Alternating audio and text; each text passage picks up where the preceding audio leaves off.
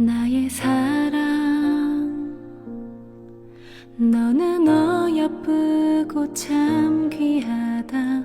너는 보석보다 귀하다. 내가 사랑스럽지 않을 때 너를 온전히 사랑하고 너와 함께하려 내가 왔노라.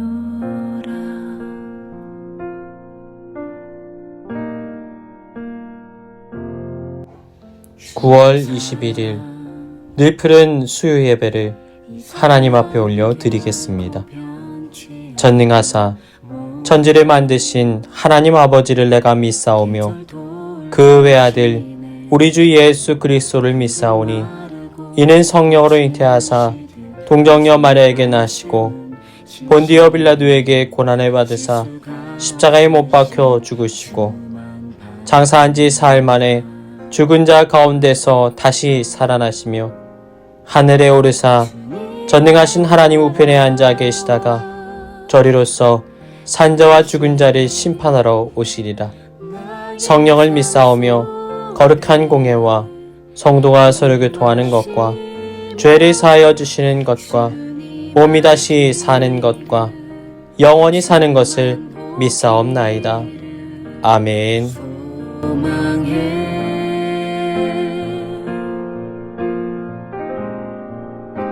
거룩히 살아갈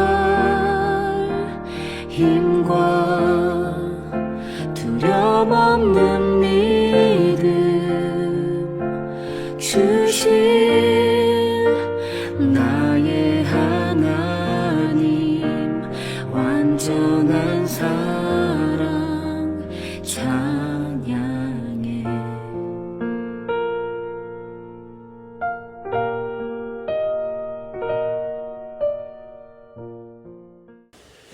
요한계시록 하면 여러분들 어떤 느낌을 받으십니까? 어떤 마음으로 이 본문을 묵상하기가 쉬울까요? 대부분의 사람들이 굉장히 두려운 마음 가운데, 이 계시의 말씀이기 때문에 굉장히 두려움 가운데 이 말씀을 대하기가 쉽습니다. 또 그러다 보니까 이 예언의 메시지, 이 계시의 메시지를 읽는 것을 좀 어려워해요. 저도 어린 시절을 가만히 생각해 보니까 이 요한계시록은 잘 읽지 않고 유다서까지 갔다가 창세기로 넘어가는 거예요. 왜냐하면 읽다 보면 너무 무서운 것 같아요. 그리고 이 요한계시록을 주제로 한 그 영화나 이 메시지들이 너무나 이 자극적이고 굉장히 충격적이었기 때문에 이 말씀을 읽는 것이 불편하게 느껴지는 그런 상황까지 이르렀습니다. 물론 우리가 두려움 가운데 그리고 경외감 속에서 말씀을 읽는 것은 중요합니다. 왜냐하면 이 성경의 66권은 하나님의 감동에 의해서 쓰여졌기 때문이에요. 성경에 뭐라고 말씀합니까? 말씀이 곧 하나님이시다. 하나님이 태초에 말씀으로 계셨고 말씀으로 세상을 창조하셨다고 했어요. 그럼 이 성경 66권에 무엇이 서려 있는 거예요? 하나님의 능력과 하나님의 권세와 하나님의 그 모든 것이 이 성경 안에 담겨져 있는 거예요. 그래서 우리가 말씀을 읽으면 그게 이해가 되든 이해되지 않든 말씀을 가까이 하는 그 자체만으로도 하나님의 은혜의 역사가 우리 영혼 가운데 충만하게 채워지는 거예요. 믿으시기에 주님의 이름으로 축복합니다. 그래서 우리는 하나님의 말씀을 읽어요. 구약에 있는 사건, 신약에 있는 사건, 홍해를 가르고 하나님께서 광야에서 불기둥과 구름기둥으로 이스라엘 백성들을 돌보시고 지키셨던 그 사건, 우리가 그 사건과 무슨 연관이 있습니까? 수천 년 전에 일어난 사건인데요. 그런데 그 말씀을 읽는 순간 어떤 일이 벌어지냐면 그 이스라엘 백성들의 하나님이 오늘 나의 하나님이 되어 주시는 거예요. 광야에서 이스라엘 백성들을 섬세하게 돌보시던 그 은혜의 하나님이 오늘 우리의 삶의 현장에 찾아오셔서 내가 너를 돌보아 주겠노라. 내가 너를 다스려 주겠다. 너의 의복 하나 상하지 않도록 하겠다. 구름 기둥과 불 기둥으로 너희들을 친히 이끌어 줄 거야. 내가 너의 하나님이야.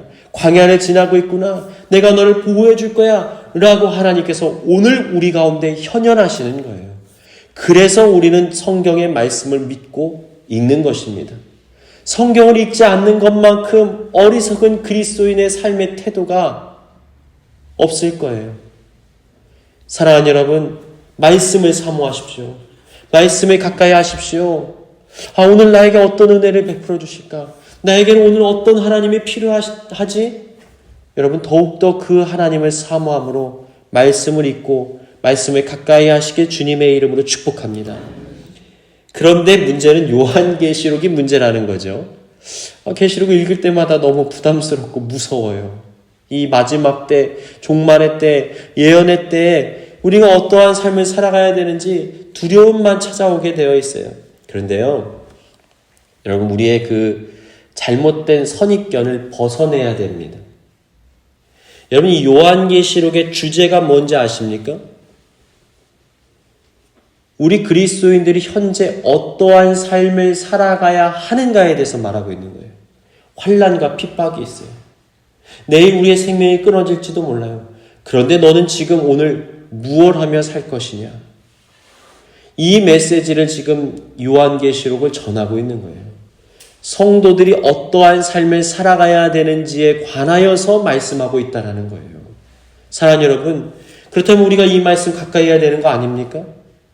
내일이 우리의 것이 아닌데 그럼 오늘 나에게 주신 생명, 그 선물을 내가 어떻게 가치 있게 사용할 수 있을까?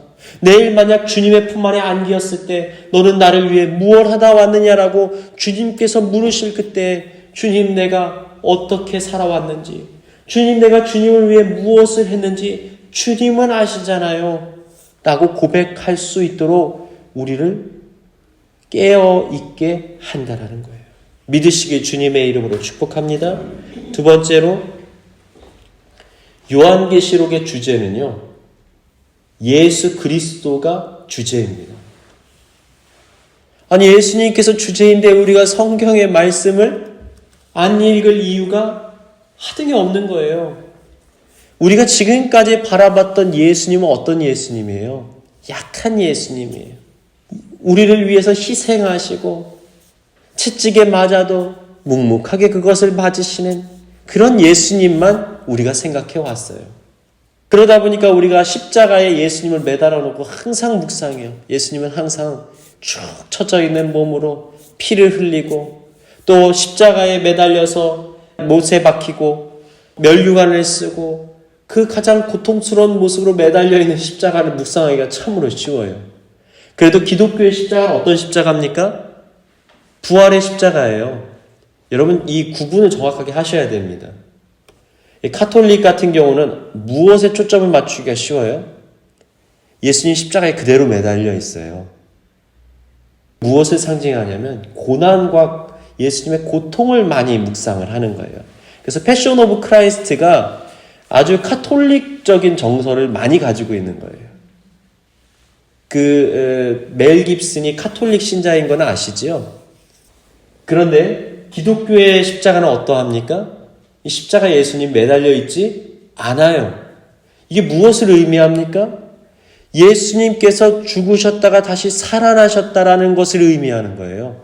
부활의 십자가를 상징하는 것입니다. 믿으시기에 주님의 이름 축복합니다. 우리의 죄가 다 사함 받았다라는 거예요. 그래서 우리가 그 죄에 매여 있을 필요가 없다라는 것입니다. 카톨릭에서는 어떻게 해요? 죄를 씻기 위해서 자꾸 의식을 행해야 돼요.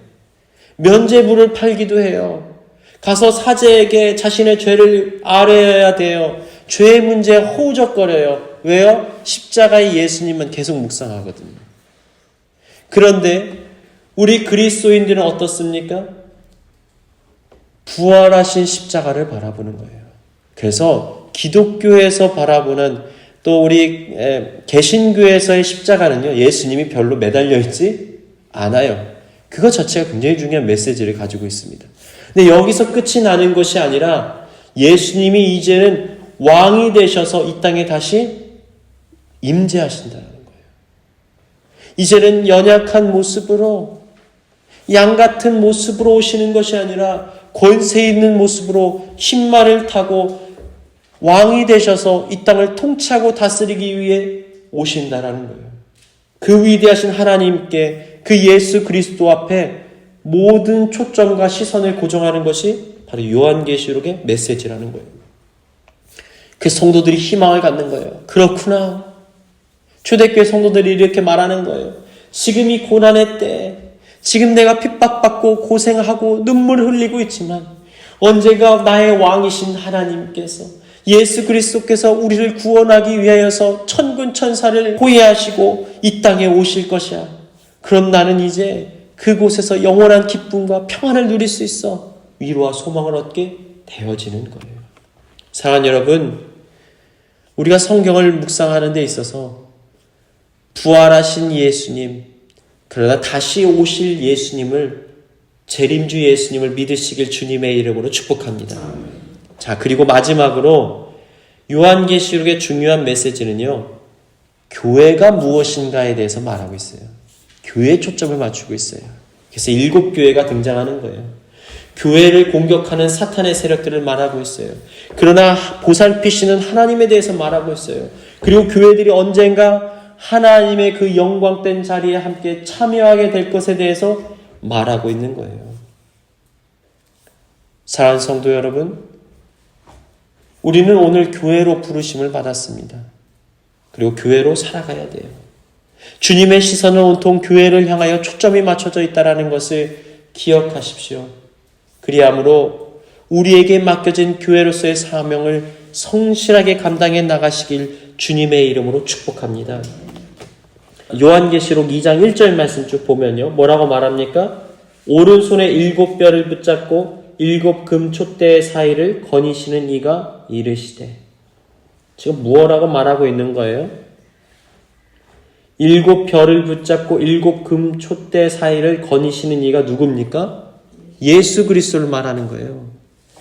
그리고 7 별과 7 금촛대는 뭘 하는 거예요? 교회를 상징하는 겁니다. 교회 지도자와 그리고 교회를 상징하는 거예요.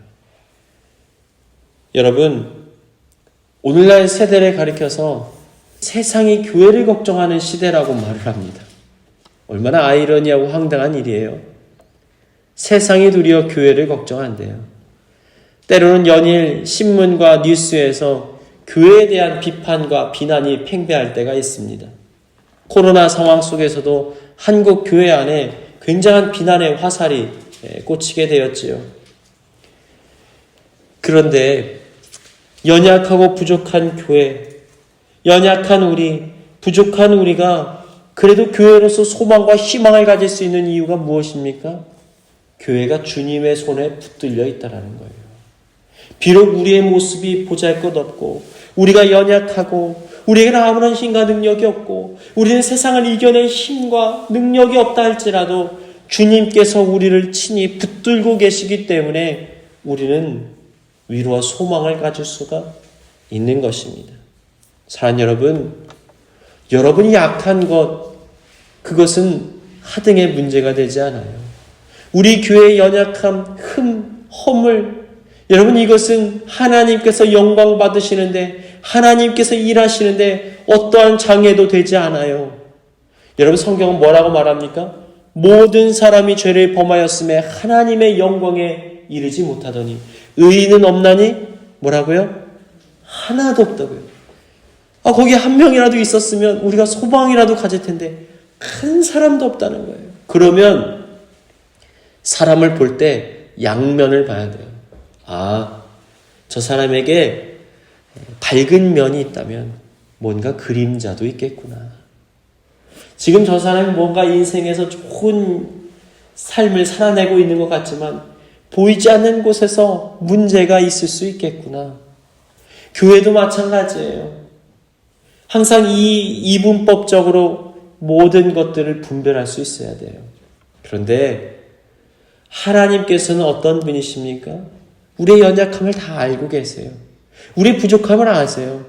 우리가 연약하지 않기 때문에 주님께서 우리를 붙드신 게 아니라 다른 사람보다 좀 더 낫기 때문에 주님께서 우리를 부르신 게 아니라 우리가 연약하다라는 것을 주님 앞에 인정하기 때문에 주님은 우리를 붙들고 사용하길 원하신다라는 거예요.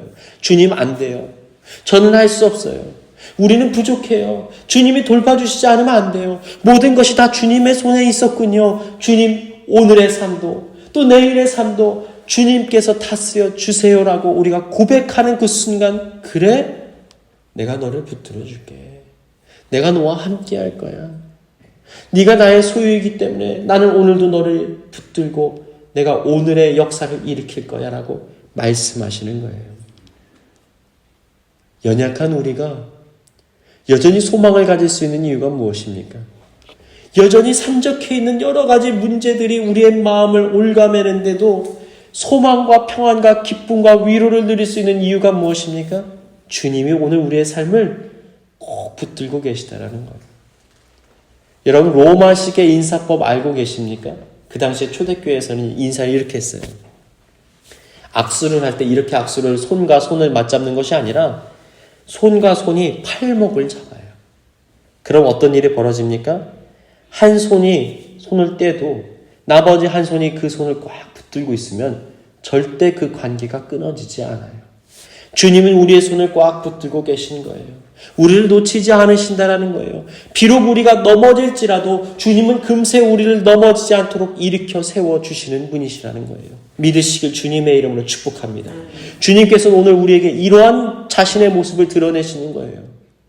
핍박과 환난에 우리가 초점을 맞추기 전에 내가 이렇게 역사할 거야. 그런데 무엇이 두려워? 무엇이 염려돼? 무엇이 근심이 되니? 내가 지금 이렇게 너희와 함께 있어. 얼굴과 얼굴을 맞대고 주님께서 우리를 꼭 품 안에 안고 계신 거예요. 그 예수님을 만나시길 주님의 이름으로 축복합니다. 오늘 2장에서 교회가 4개예요. 예전에 저희가 주일날 말씀을 묵상했는데 한 교회를 2번에 걸쳐서 말씀을 나눴습니다. 근데 이 짧은 시간 안에 이 성경에 있는 모든 내용을 다 해석할 수 있다? 굉장히 무리라고 생각합니다. 그러나 우리가 짧게 이 말씀들을 좀 나누자면 에베소 교회, 오늘 본문 읽은 에베소 교회만 살펴보겠습니다. 이 에베소 교회는요, 소아시아에서 가장 큰 도시예요. 상업과 교통의 요지입니다. 그래서 상상할 수 없게 번영했던 도시 중에 하나죠. 여기에 있던 아데미 신전은요, 지금도 인류 역사 속에 세계 7대 불가사의 중에 하나입니다. 과연 도대체 사람들이 이걸 어떻게 만들었느냐 할 정도로 어마어마한 규모와 위용을 자랑해요. 대리석으로 모든 신상을 만들고 금과 보석으로 치장을 했습니다. 높이가 무려 17m의 기둥이 127개나 되는 어마어마한 그런 규모와 위용을 자랑해요. 풍요와 생식의 아데미 신상이 그 앞에 딱 자리하고 있습니다. 근데 그 안에는요, 정말 끔찍한 일이 자행되어져요. 그 신전의 여사제들과 성적인 관계를 맺으면 거기에서 그 아데미 신이 은혜를 준다라고 믿었기 때문에 아주 공식적으로 그런 음란한 일을 자행하는 그런 타락의 중심지가 바로 이곳이었다라는 거예요. 여러분, 이러한 곳에서 신앙생활 하는 거 결코 쉽지 않았을 거예요. 죄가 당연하게 여겨지는 세상 속에서 자신의 신실함과 거룩함을 지키는 것은 너무나 힘들 거예요. 그리고 그 당시만 해도요, 교회가 핍박받던 때 아닙니까? 그러다 보니 보이지 않게 모여서 겨우 신앙생활을 이어나가던 성도들이 눈으로 목격할 때 그 엄청난 위용의 아데미 신상을 보면서 그렇게 구름대처럼 몰려 들어가는 사람들의 모습을 보면서 어쩌면 마음 가운데 서늘함이 느껴졌을지도 몰라요. 야, 우리는 뭐지? 참 신앙생활 하는 게 너무 힘들구나. 우리는 조금 편안하게 모여서 예배드릴 공간도 없는데, 숨죽여서 기도하고 찬양해야 되는데, 저기 저 사람들이 구름대처럼 몰려가는 저 신전을 보면서 마음 가운데 허전함과 슬픔을 느꼈을지도 몰라요. 어떤 믿음이 없는 사람들은 에이, 이런 예수라면, 이런 교회라면 나는 다니지 않을 거야 라고 말했을지도 몰라요. 근데 그 안에서도 그들의 믿음과 신앙을 신실하게 지켜나갔다는 거예요. 그래서 주님께서 2절 말씀 보니까 이렇게 말하는 거예요. 얘야, 내가 내 행위와 수고와 인내를 알고 악한 자들을 용납하지 않고 사도라 하되 아닌 자들을 시험하여 거짓된 것을 드러내고 참고 견디고 게으르지 아니한 것을 내가 안다.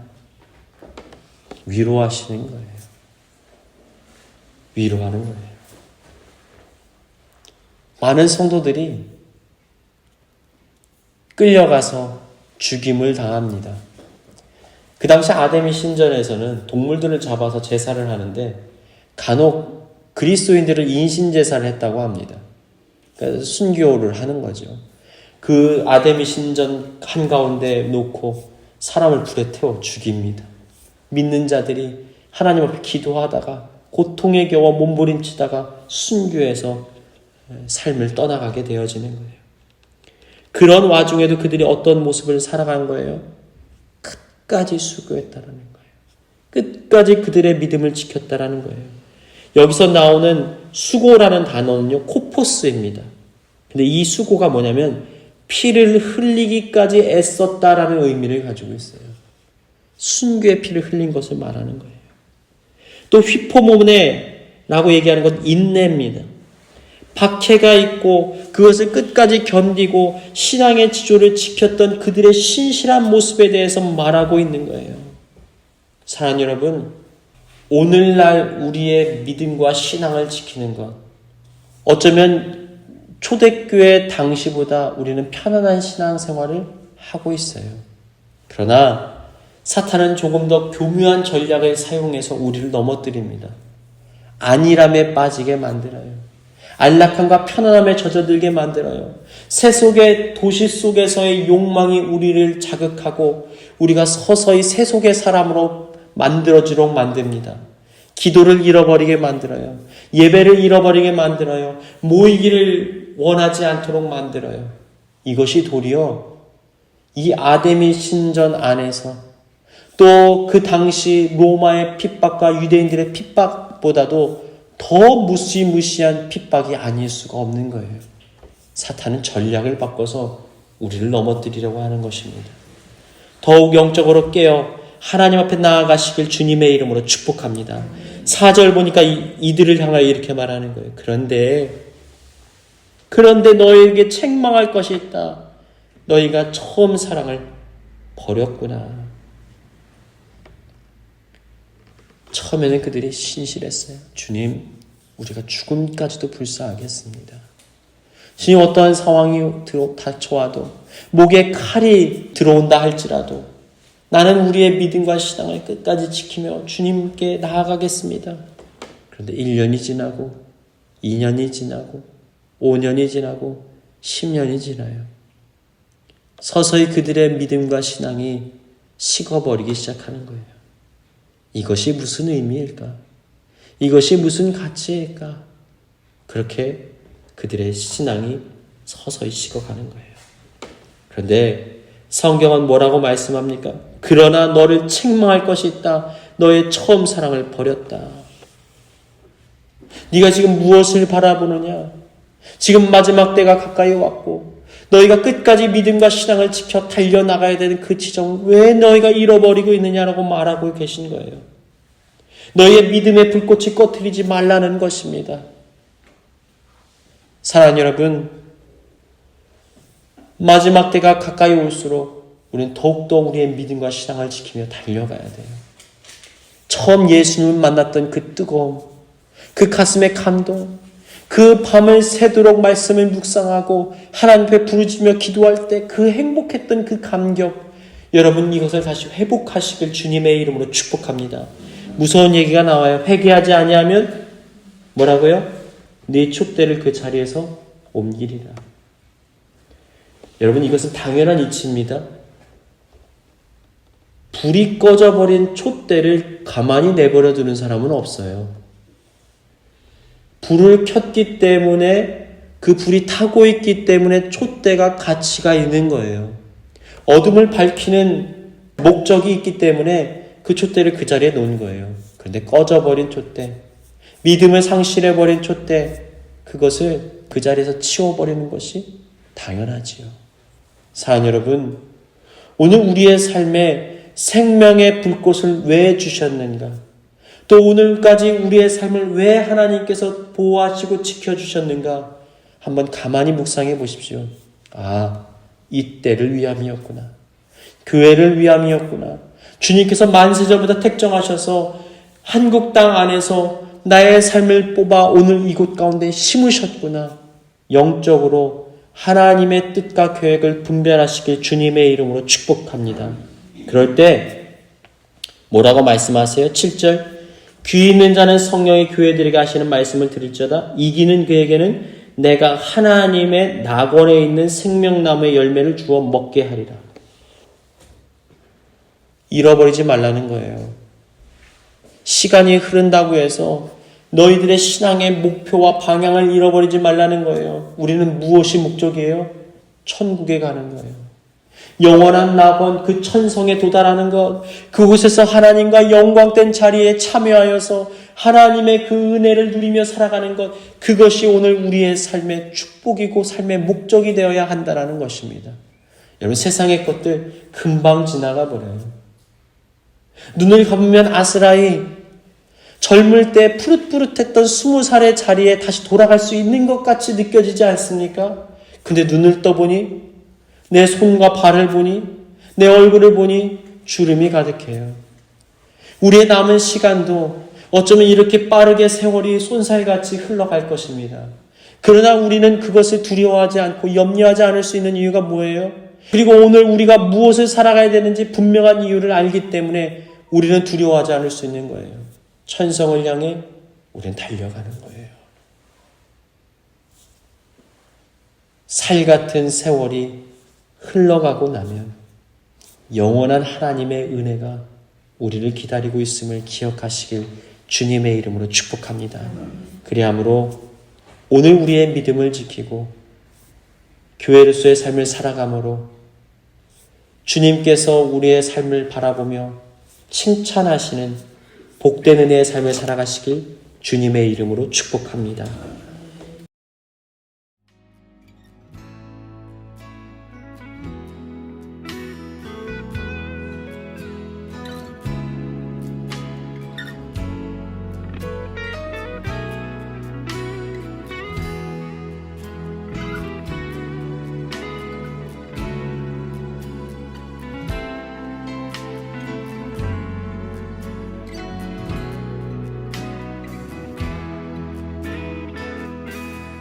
이 시간 교회에 주신 공동의 기도 제목을 가지고 다 같이 기도하시겠습니다. 염려의 문제를 통하여서 우리의 영적인 상태를 진단하게 하시고 우리에게 은혜 베푸시는 은혜의 하나님께 시선을 고정하게 하여 주옵소서. 하나님과 날마다 동행함으로 그분의 품 안에서 평강과 보호하심을 누리고 기도 응답의 은혜를 누리게 하여 주옵소서. 불안과 두려움이 가득한 세상 가운데 주님의 위로와 평화가 임하게 하여 주옵소서. 다 같이 기도하시겠습니다.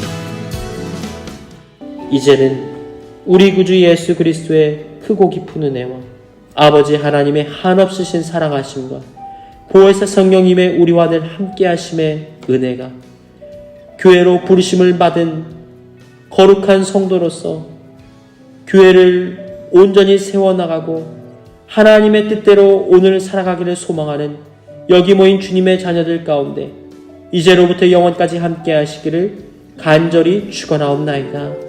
아멘.